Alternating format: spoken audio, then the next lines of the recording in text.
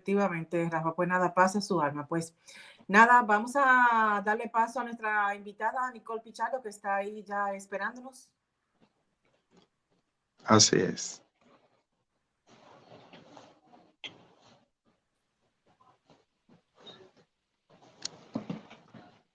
Hola, Hola, Buenas noches, Nicole. bienvenida. buenas noches, gracias por tenerme aquí desde el carro, porque los tapones también son un problema político y real y hay que aprender a vivir con ellos hasta que los solucionemos. Ay, Dios mío, Nicole, lo que nosotros te hemos puesto a hacer nosotros, ¿verdad? Ay Dios, qué cosa es. Te fuiste, Nicole. Aquí estoy aquí, ¿se oye? Sí, sí, se escucha perfectamente. Ok, nada, que yo feliz de hablar con ustedes aquí, mejor que estar amargada en el carro. Bueno, Bueno, Nicole, mira, nosotros siempre pues que iniciamos con un poco pues nos gusta conocer a nuestro invitado, un poco de la biografía. Me gustaría saber quién es Nicole Pichardo y qué ha hecho desde su nacimiento hasta su escasos años que yo sé que tú tienes. Cuéntanos un poco de quién es Nicole, qué estudiaste, de quién eres hija y eso. Bueno, si esa pregunta, si se le pregunta a mis padres, te van a decir que yo soy freca desde el principio. Yo soy una, Yo soy Nicole, yo soy hija de dos padres ibaeños. Mi mamá es de Cotuí, de La Piña específicamente, Fantino.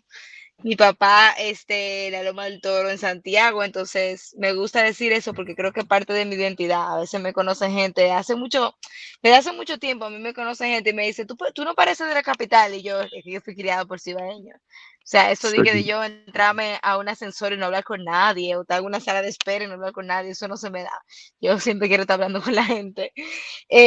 Mis padres son arquitectos, nada que ver con la política, pero sí siempre se me inculcó la importancia de que participemos en la política, de que estemos atentos a lo que está pasando, los temas que se hablaban en mi casa en la sobremesa eran políticos, siempre se me fue, yo me crié, nací, crecí en un hogar muy democrático, y un poco sorprendente porque mis padres obviamente son hijos y nietos de la dictadura y Ya. tú pensarías lo contrario, pero no, ellos me dieron una crianza que quizás ellos no tuvieron, muy democrática, donde todo el mundo tenía una opinión en mi casa y tenía derecho a expresarla.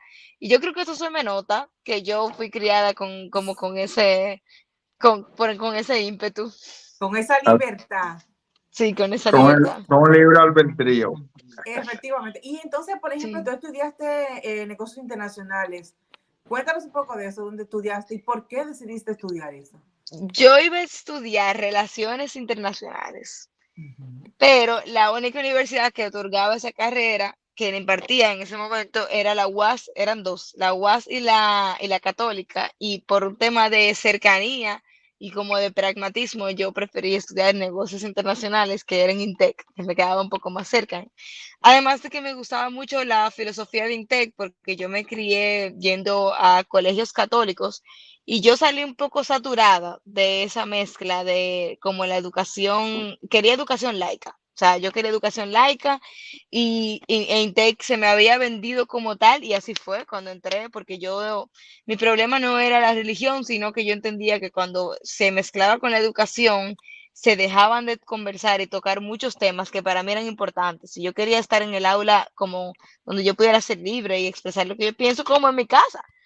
Y terminé estudiando en INTEC también por un tema de que es una universidad que funciona por trimestres, o sea que yo iba a terminar en 3 años, y porque me ofrecía un programa de movilidad estudiantil y yo también tenía muchas ganas de estudiar un momento fuera. Entonces, nada, yo casi todas las decisiones de mi vida la tomo con un papel, pros y cons, después lo socializo con mis padres y tomo la decisión y por ahí me fui por INTEC. Estudié negocios internacionales y me encantó la carrera. De hecho, mi primer trabajo por 1 año y medio fue en el área. Sin embargo, siento que le faltó un poco de contexto fuera del sector privado, Ok. tanto a las materias como a los análisis que se hacían, le faltó un poco de contenido político. Y estudiando me di cuenta que las materias favoritas eran las selectivas que tenían que ver con ciencia de humanidad y política.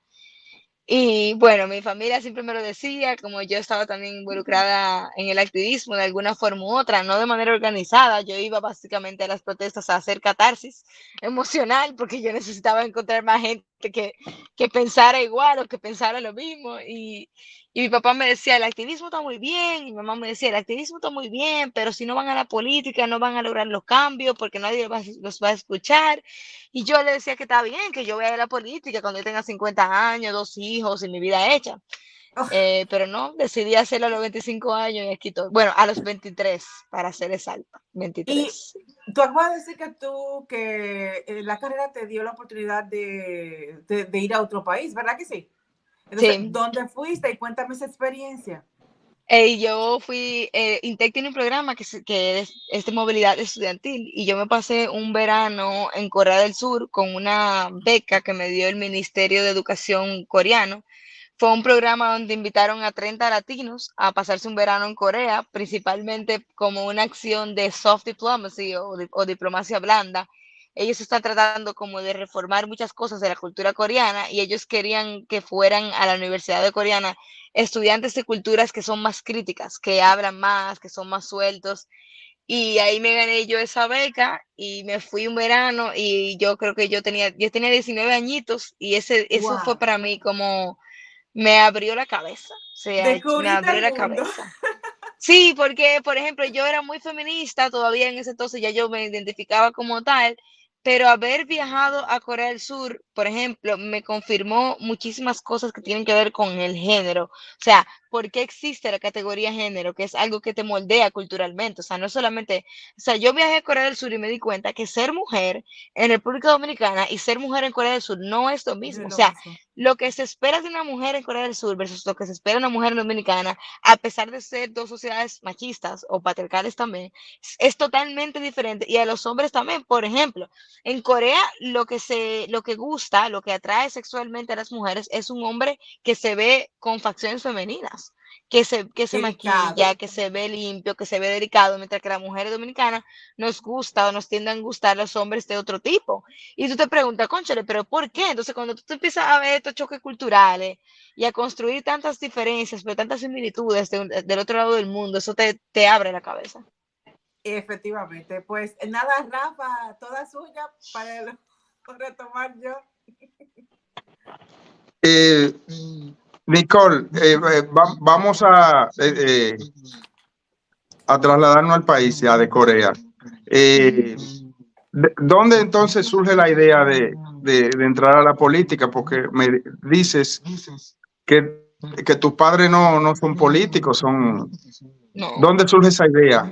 ¿Cómo surge? No, mis padres sí no son políticos, pero y corrijo, no son políticos partidarios, partidistas, Partidarios. pero toda la persona o sea, todas las personas somos sujetos políticos, principalmente mis padres, que son fruto, mis padres son dos profesionales, fruto de una buena gestión del Estado. Siempre estudiaron en escuelas públicas y hicieron su carrera en la UAS. Y ellos hicieron esa carrera hace ya 30 años, pensando y anhelando que cuando ellos tuvieran hijos, ya la UAS iba a funcionar como debería funcionar y que iba a ser diferente.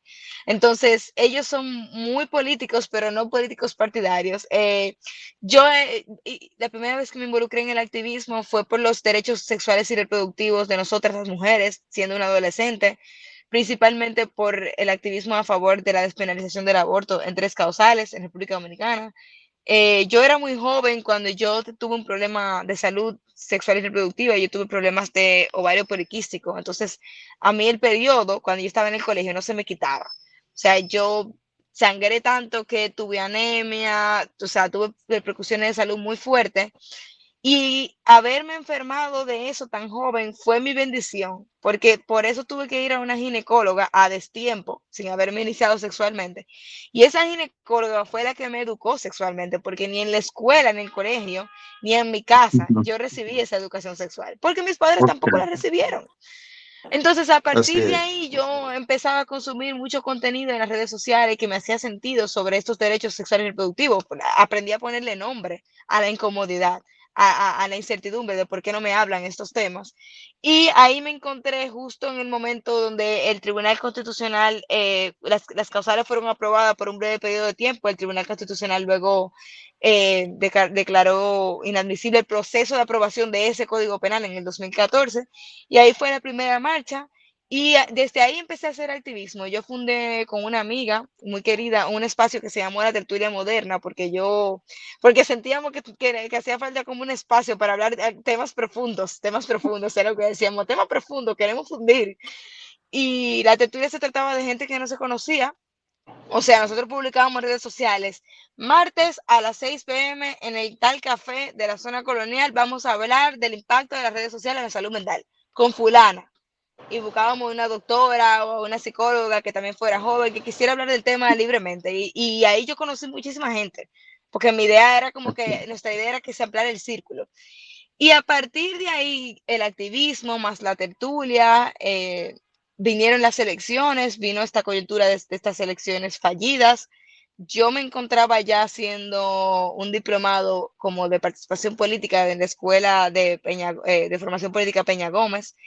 Entonces, cuando todo esto ocurrió, porque ya yo estaba como pensando que había que involucrarse en la política. Que queda, la única escuela de formación política. Yo no sé cómo. Déjame decirte que yo fui el abogado que constituyó esa escuela. Bueno, pues aquí hay una egresada de la escuela. Y bueno, yo fui el abogado todo esto pasó, es verdad. Sí. Todo esto pasó como al mismo tiempo y entonces las elecciones y yo no, o sea, ya no hay que estar esperando a tener 50 años, ya estar retirada, es hora de involucrarse en esto, porque ya yo estoy viviendo en un país donde se tomaron decisiones sin mí, que yo estoy viviendo las consecuencias. Entonces ya me harté de pedirle a los políticos, y lo digo muy coloquial, me harté de pedirle a los políticos que me escuchen, me harté de pedirle a los políticos que entiendan las demandas de la violencia de género, de la salud sexual y reproductiva, de la justicia reproductiva. Es como si hablaran otro idioma que no fuera el nuestro. Es muy frustrante, es como si tú les hablas de eso y están en Belén o sea, es otra cosa. Entonces ahí se hizo la campaña de José Horacio Rodríguez, yo no lo conocía, me lo presentó otro amigo. Y me lo presentó en la Plaza de la Bandera, recuerdo yo, y me dice, mire, iba a preguntar de eso yo. Bueno, me lo presentó en la Plaza de la Bandera y me dijo, mire, es José Horacio, él quiere ser diputado. Y yo, ahí sí, como whatever, él no va a ganar, como que sí, muy bien, gracias. Y después ese amigo me decía, Nicole, tú tienes los ideales de nosotros, tú puedes ser voluntaria de la campaña, nosotros estamos tratando de hacer esto que se llama buena política. Y yo dije, bueno, yo lo voy a intentar. ¿Qué es lo que yo tengo que hacer? No, en ese momento estaban como cosiendo mascarillas de tela para no dar mascarillas desechables por el tema medioambiental, que es algo que me preocupa muchísimo y me ocupa también. Y yo dije, yo voy a intentar, yo me voy a poner a coser estas mascarillas para ayudar a este candidato y cosí las mascarillas. Ese es como el primer nivel de involucramiento, que no implica moverte en una pandemia. El último nivel de involucramiento, yo llegué faltando un mes para las elecciones, donde yo fui en mi primer recorrido político, puerta a puerta. Yo nunca en mi vida pensé que yo iba a hacer eso. O sea, yo me moría de la vergüenza, de la idea de yo molestar a una persona un domingo en su casa para decir, como, para no, hablarle solo como que no hay forma. No hay, de política, no hay forma. O sea, eso es desagradable, Nicole, tú no vas a hacer eso. Bueno, pues lo hice y fue un día, o sea, eso fue en junio del 2020 y desde ese junio del 2020 yo no he dejado la política. Ser voluntaria en esa campaña me cambió la vida de una manera que no, o sea, yo dije, cónchale, esto es lo que siente la gente cuando seguro está en una comunidad de la iglesia. O sea, este sentido de pertenencia, este grupo de gente que está pujando para el mismo lado, que está apoyando esta candidatura, que es la cara de algo más grande que era buena política. Y fue increíble, señor, o sea, ver tanta gente joven, tanta gente activista, tanta gente dispuesta, educando sobre, porque de aquí tenemos un problema de un vacío de educación cívica muy enorme en República Dominicana. La gente no sabe qué es lo que hacen los diputados, sí. La gente no sabe qué es lo que hacen los regidores, como que explicar todo eso, que las redes sociales se vuelvan como un espacio para tener esas conversaciones, más que un espacio de consumismo y demostrar mi vida fabulosa, fue increíble, y desde entonces no he dejado la política. Nicole, ¿por qué desarrollarlo desde Opción Democrática? ¿Qué de novedoso tiene Opción Democrática? Lo que más me gusta de pertenecer a Opción Democrática no es que es un partido diferente en forma, sino también en fondo. Nosotros nos unimos en ese momento. Opción Democrática todavía no ha participado en las elecciones como partido, a pesar de tener 10 años casi de formación, por distintos atropellos que ha sufrido por el mismo sistema que ha sido erguido y protegido por las grandes estructuras partidarias, que no les conviene que existan partidos pequeños si no son partidos bisagra que se unen a apoyarlos a ellos mismos en las elecciones. Entonces, fruto de eso, Opción Democrática, con la candidatura de José Horacio, tuvo que fusionarse con Alianza País para ir a las elecciones. Entendemos todavía que Alianza País es un partido que se parece al nuestro, porque a pesar de ser un partido pequeño, no ha sido un partido bisagra, se ha mantenido coherente a través del tiempo con su visión. ¿Qué pasa? Que luego de que pasaron las elecciones, pasaron 2 años y nos dimos cuenta que nos hacía falta un espacio que se pareciera más a nosotros en las formas, en el discurso, en el fondo. Y ahí fue cuando nos abocamos a pedir la personalidad jurídica de nuevo del partido. Y, ¿qué le puedo decir? Es como este sabor que te deja después de juntarte con el grupo correcto. Este espacio de sentir como que un espacio seguro, donde no hay que aclarar, hay cosas que ni siquiera se tienen que aclarar porque se entienden que son básicas.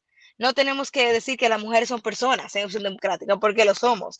No tenemos que decir que el partido debe ser paritario, porque lo es desde el momento que formulamos los estatutos. No tenemos que explicar por qué es importante proteger el medio ambiente, porque es algo que ya es la base que une el partido. Entonces, ese sentido de pertenencia, más las personas que lo componen, que son personas, a mí se me hace muy difícil no ser optimista en República Dominicana, porque yo estoy rodeada de muchísima gente joven que está en diferentes espacios, en sus trabajos del día a día, que están en Opción Democrática, que están haciendo un cambio.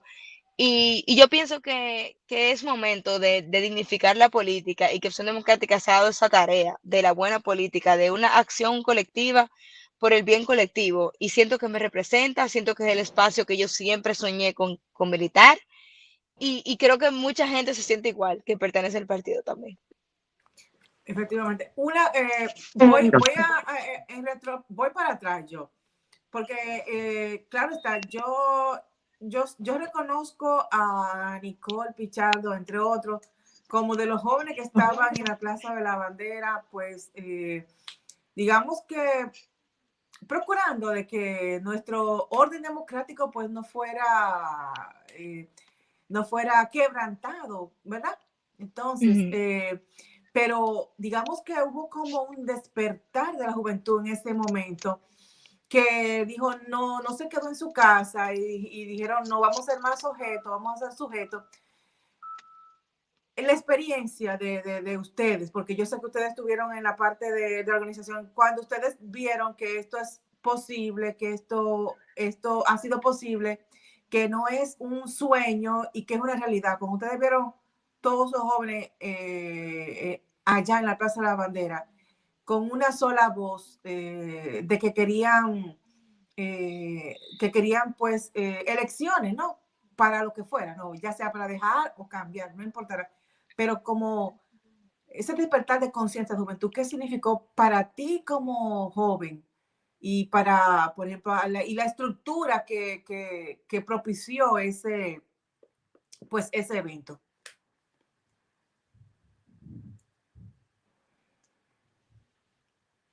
¿Se escucha? Sí. Ok, perdón. Mira, yo pienso en ese momento y hasta como que se me aguan los ojitos, porque yo pienso a veces, tú haces manifestaciones públicas usualmente por 2 razones: para tener un espacio de catarsis colectiva o para tener demandas específicas. Yo pienso que lo de la Plaza de la Bandera fue un espacio de catarsis colectiva. Con frecuencia he escuchado también, obviamente, todos los gallos cantar y como, no, esos jóvenes estaban ahí, pero no tenían formación política. No, esos jóvenes estaban ahí, pero ya no sabían lo que estaban pidiendo. No, esos jóvenes estaban ahí, pero no tenían una sola demanda. Y en realidad hay cierta verdad en esas afirmaciones.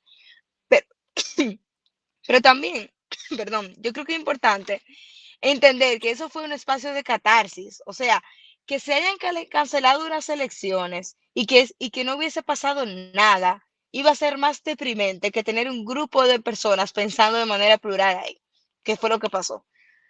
O sea, yo creo que es importante entender eso porque ahí había gente de distintos como estratos sociales, de distintas carreras, de distintos oficios, de distintos lugares del país, que no necesariamente entendían por qué estaban ahí, pero sí sentían algo. Y ese sentimiento, esa emoción es importante y precisamente a mí me parecen muy dañinos esos discursos de, eso ni saben lo que estaban haciendo porque no tienen formación política. Bueno, lo primero es que si nosotros no tenemos formación política, eso es una decisión política. O sea, que el currículum escolar de la República Dominicana carezca de formación política fue una decisión política de los 80 que se Claro. tomó. Entonces nosotros somos productos e hijos de nuestro tiempo. Claro que nosotros por nuestro lado tenemos que formarnos nosotros, porque si nos quedamos con el victimismo de lo que pudo ser y no tuvimos, no vamos a avanzar nunca. Pero entender como ese contexto. Y lo segundo es que, óyeme, por eso es que tanta gente a veces se siente tan alejada de la política, porque se les exige un conocimiento que no tienen ni siquiera las personas que están ocupando esos espacios de toma ¿Qué de están decisión. haciendo? O sea, queremos que los jóvenes tengan política, pero cuando los jóvenes hablan, los juzgamos con una dureza y una entereza. Entonces lo que estamos haciendo es alejando la política. Y yo no creo en esa política. Yo no creo en la política académica que solo está reservada para expertos y expertas. Yo pienso que todas las personas que sienten y perciben y piensan pueden hablar y tienen que hablar de política. Porque la política te afecta. Aunque tú no tengas academia política, tú no tienes aceras. Y ya ahí te está afectando la política. Ujú. Y Entonces, efectivamente. yo Sí. pienso que el valor de la Plaza de la Bandera para mí es que fue una incubadora de liderazgos políticos. Porque de Efectivamente. ahí salió muchísima gente que dijo voy a ser candidato y candidata y que incluso ganó. Y de ahí Ujú. salió muchísima gente que dijo voy a ser voluntario de una campaña de un candidato o candidata. Pero lo más importante para mí, de ahí salieron personas jóvenes y no jóvenes también de cualquier edad que decidieron ser guardianes de la democracia y defender el voto en las urnas de todo el mundo, no solamente de un partido en particular. O Exacto. sea, un Sí. trabajo que se paga, que los partidos pagan 15,000 y 20,000 pesos el día. Este grupo de más de 600 jóvenes lo hizo por voluntad, por amor a su patria, por amor a su país. Y para mí, cuando yo hablo con jóvenes en las escuelas sobre guardianes, yo siempre digo, nos hablan de Juan Pablo Duarte, nos hablan de las hermanas Mirabal, pero muy poco nos hablan de cómo se es patriota hoy. Y se es patriota hoy defendiendo el voto, por ejemplo. Y de ahí Qué, salieron los guardianes de la Plaza de la Bandera. qué chulo, qué chulo. Rafa, ¿tienes alguna pregunta? Nicole, tendremos en la próxima contienda electoral a Nicole en alguna de las boletas, eh, ya sea municipales o al Congreso. ¿Hay algunos planes en ese sentido? Claro, me encanta esa pregunta. El 17 de junio del presente año a las 4 p.m. en el Parque Olimpo, Nicole Pichardo, junto al equipo de la Buena Política de Santo Domingo Oeste, va a lanzar su candidatura a la Diputación de Santo Domingo Oeste. Wow. Bueno, yo no sé, yo anoté esa fecha, vamos a ir Yo también lo acabo de anotar acá. Ojalá que puedan unirse porque es importante que la ciudadanía se entienda dentro de la en el política y eso es parque, lo que queremos sí, lograr con esta candidatura. la locación En el donde es. parque, en el Parque Olimpo, en el sector Olimpo, eso es Santo Domingo Oeste. Sí, Santo Domingo Olimpo. Oeste, ahí está Herrera, Mano Guayabo, Sí, Alameda, Las Caobas. Para allá vamos, exacto. para allá vamos. Mira, Bueno, pues Nicole, allá escucharemos, y ya eso sería material para otro programa. ¿Cuáles serían las novedades de tu Totalmente. campaña? Pero estamos todavía muy... claro, claro que sí. Mira, Nicole, hay una Yo cuestión casa. ahí. Ajá.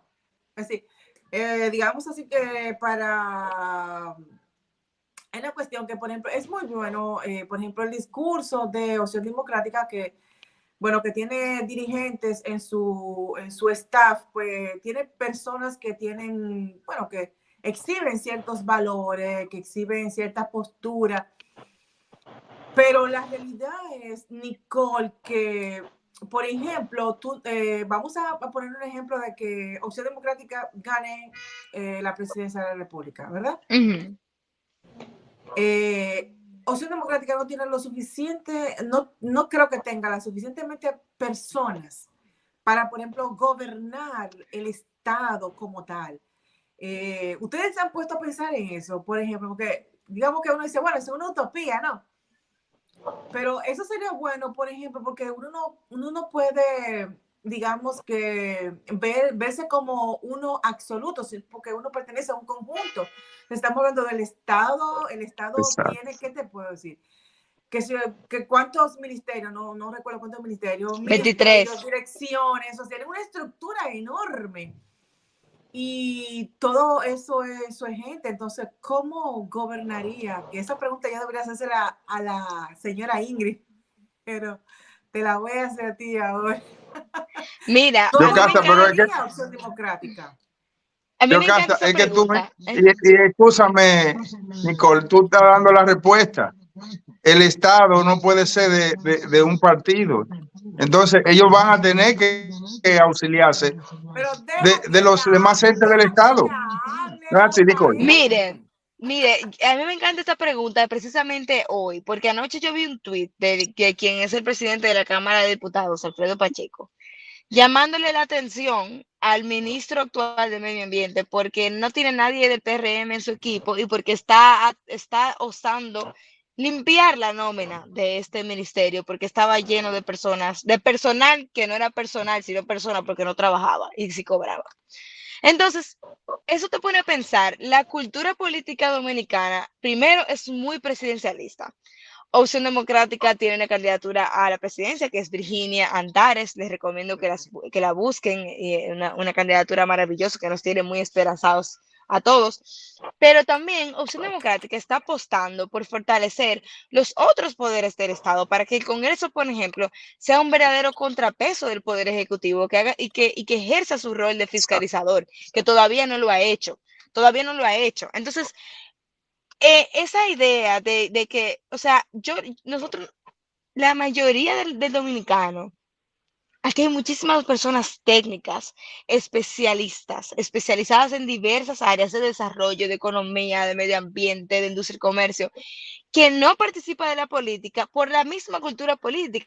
Entonces es como un sistema que se come a él mismo y se sucumbe a él mismo. Entonces, si Opción Democrática es presidente mañana, es gobierno mañana, lo primero que Opción Democrática va a hacer es buscar profesionales del área, independientemente del partido en el que esté, o si no está en un Así partido, es. porque es lo que le hace falta al país. Nosotros necesitamos personas con compromiso democrático, con compromiso patriótico, pero también con el conocimiento técnico y profesional para ocupar los puestos de poder. Si tú me preguntas a mí si yo fuera presidenta mañana y yo voy, por ejemplo, al MEPID, es probable que yo no cambie casi nadie del MEPID, porque ese ministerio está funcionando muy bien. O sea, esa cultura de que, no, yo llego y tengo que barrer con todo. A ver, los ministros y ministras necesitan personas de su confianza en los puestos de toma de decisión y eso es una realidad. Pero de ahí a barrer con toda una nómina, a veces hay proyectos, todos los gobiernos tienen sus luces y sus sombras. Y a veces hay proyectos que son tan buenos que no funcionan ni continúan con el cambio de gobierno por la transición de gobierno. Y eso es una pena, que eso es algo que nosotros tenemos que acabar. Eso es algo que nosotros tenemos que remediar si queremos que la democracia y que el país tenga una institucionalidad más fuerte, porque a veces las personas creen, y yo también era de esas personas que creían, que el problema más grande es la corrupción. No, también nosotros tenemos una institucionalidad muy débil. Nosotros tenemos instituciones muy débiles que dependen de una cabeza todo el tiempo y no funciona, no debería de ser así. Nicole, en ese mismo orden, este gobierno ha hecho algunos ejemplos de eso que tú planteas. Por ejemplo, el gobernador del Banco Central viene de la gestión de los De gobiernos Danilo. anteriores. Exacto. No, Pero Sí. también en el caso del nombramiento de la Procuradora General de la República, que siempre había sido un cargo político, también se escogió a una magistrada que prácticamente no tiene relación con el gobierno.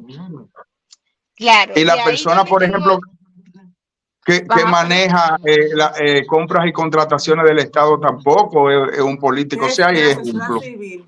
Bueno, Claro, pero no, también es importante entender que no solo es el discurso y el nombramiento, también es la La acción y las voluntad decisiones que se política. toman, porque, por ejemplo, el presupuesto que tiene el Ministerio Público es muy reducido y, de Sí, hecho, así para la persecución de crímenes que tienen que ver con violencia de la mujer, ha sufrido un deterioro con respecto al gobierno anterior.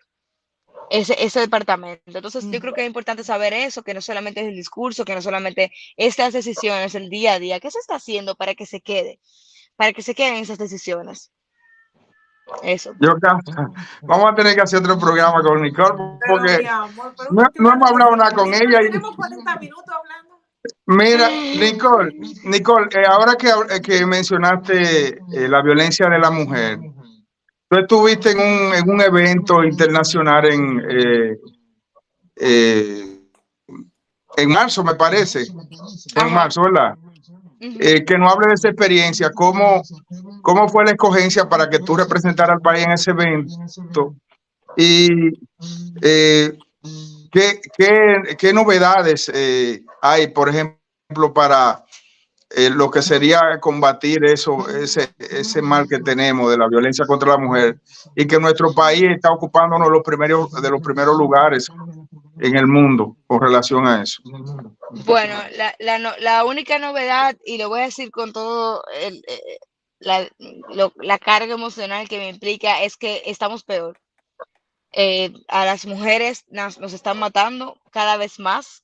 Es el mismo modus operandi de te mato y después me mato yo. O sea, es un problema estructural que debería ser declarado un tema de emergencia nacional, porque es una emergencia nacional. O sea, nosotras las mujeres no estamos ocupando las primeras planas de los periódicos dominicanos, ni las niñas, por ningún logro, más que porque nos están matando. Okay. Eso es lo que Pero predomina en las portadas. ¿cómo que vamos a combatir eso?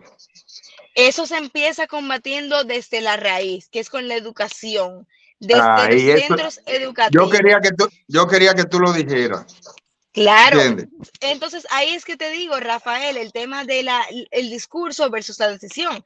Este gobierno derogó la orden departamental 33-19, que buscaba educar de una manera no sexista en las aulas, porque ahí es que empieza la violencia. Nadie nace violento naturalmente, los hombres no nacen violentos ni las mujeres nacemos víctimas.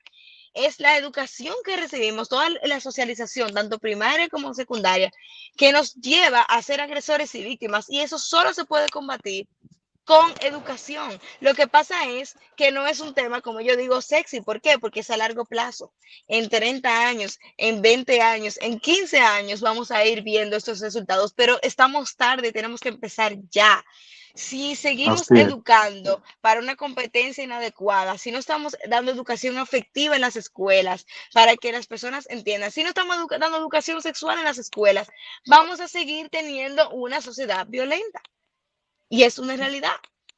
Entonces, Así es es. algo de lo que hablé cuando asistí a esa cumbre. Fue un honor para mí. Me invitaron un grupo de mujeres activistas con una experiencia súper de antaño, mujeres que han luchado, que han gateado para que nosotros hoy podamos caminar.